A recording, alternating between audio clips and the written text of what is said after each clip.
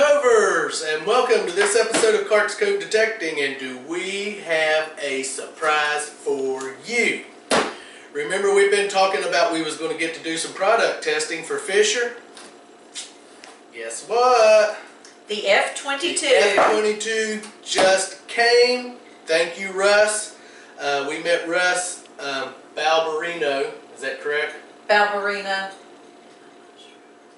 Balberona. Sorry about that, Russ. We met him at Florida Hut 7 and talked to him about doing some product testing for Fisher, and yeah, here we are. So let's get into it. I want to start getting parts out, and Melissa's going to be going over some of the features as we get some parts out.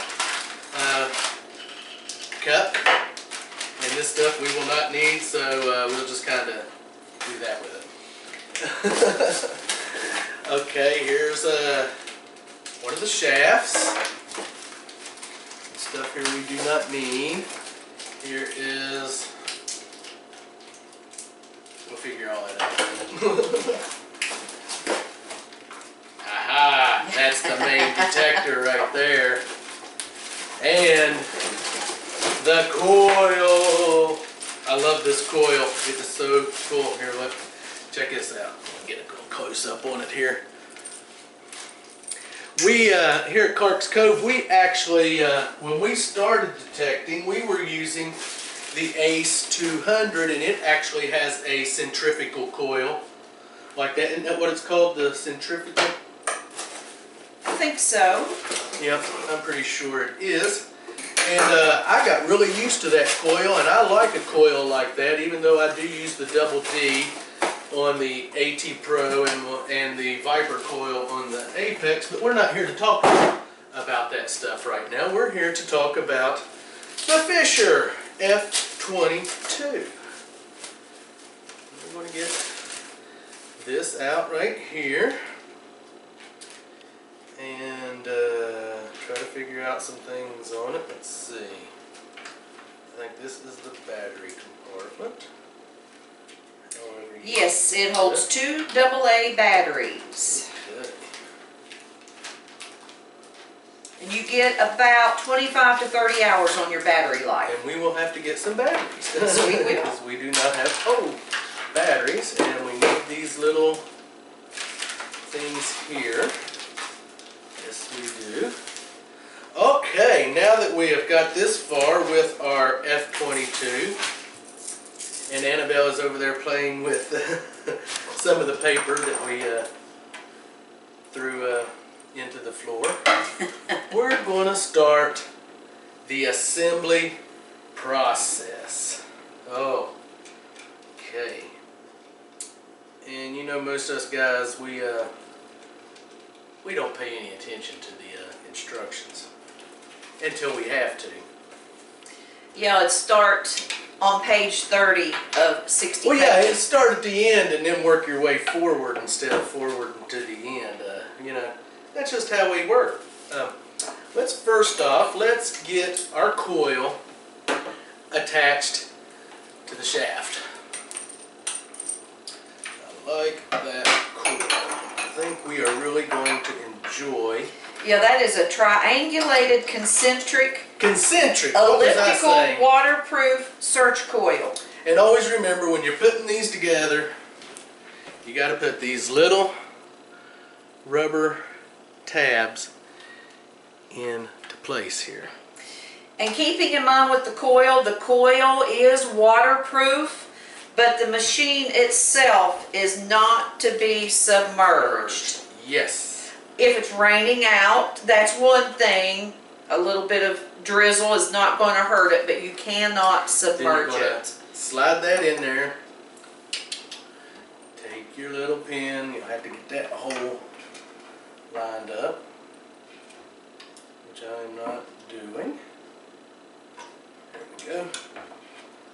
It's been a while since I have put a metal detector together, since last year, so bear with me. I will get this. Aha! Success. Don't know what that went to, and it's not showing.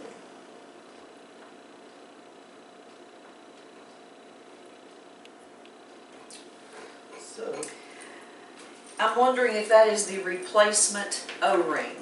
probably for right Yes. here. Yes, I Yeah, guarantee replacement. it So I'm is. gonna lay it right there. Okay, so now we've got our coil attached to the bottom part of our shaft. Now, next,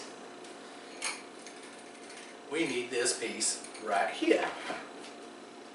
And it's going to go, we're going to put it down here. We've got to push in that little slide. This is going to basically give us our length of about where we're going to want this thing. Now let's get, here, we need to get this off here. Let's get this top piece on here so we can get our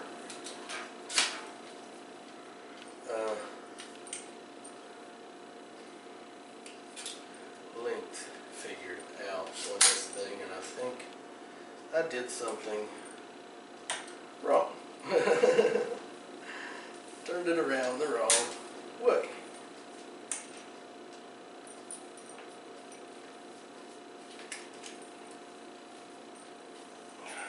Okay, Robert. There we go. You did have it the right way. Well, no, I did have it the right way. But there's something amiss there. Do you see what I'm seeing?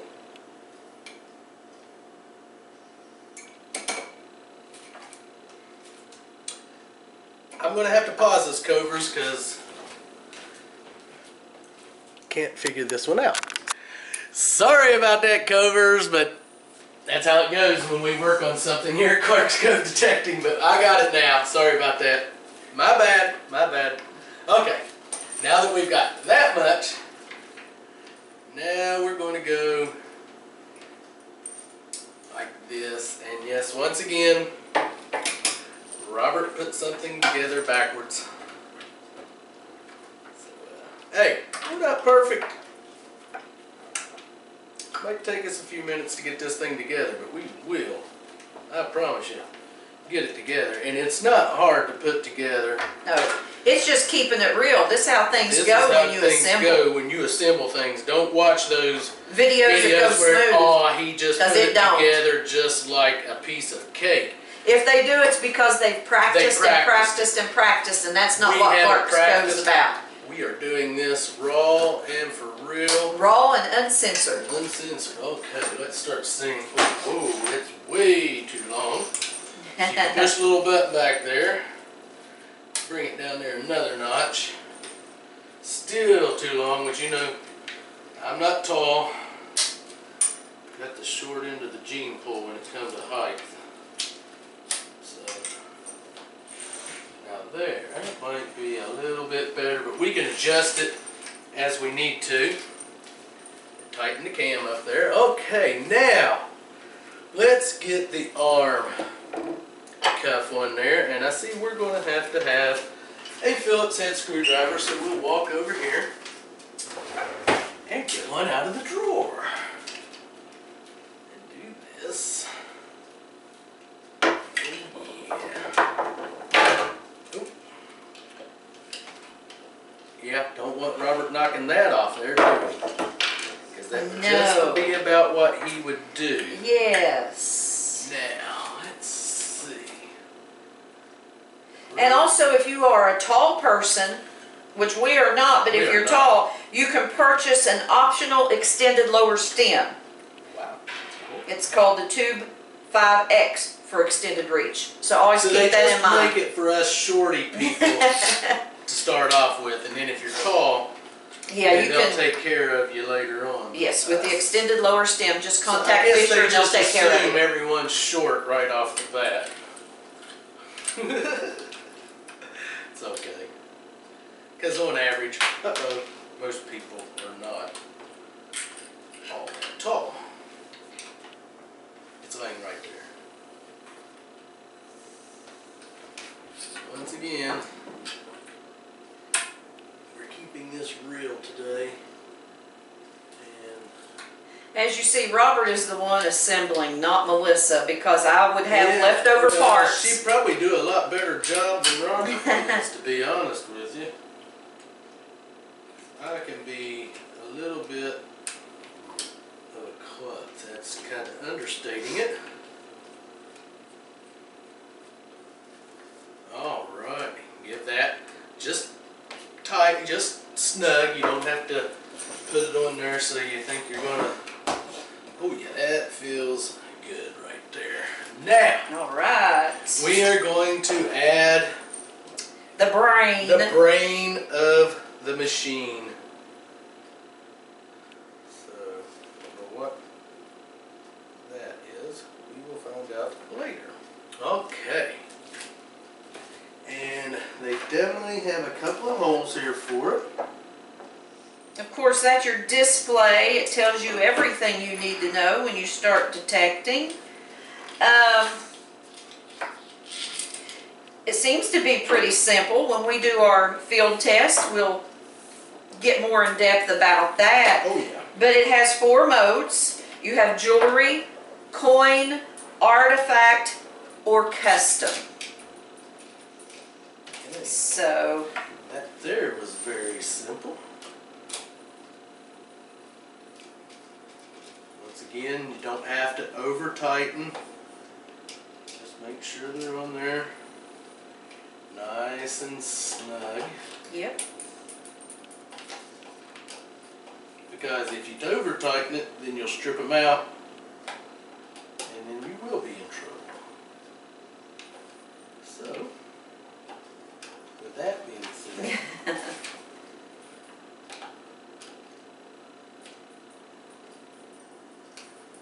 there's the brains Woohoo! of it on there. Get a look right there. It's very simple. 2 little screws right there at the bottom. Like I said, just make sure you have them snug. You don't have to put them on there super tight. Now we're going to wrap the coil and get it hooked up. And you're always going to want to remember to bring your coil over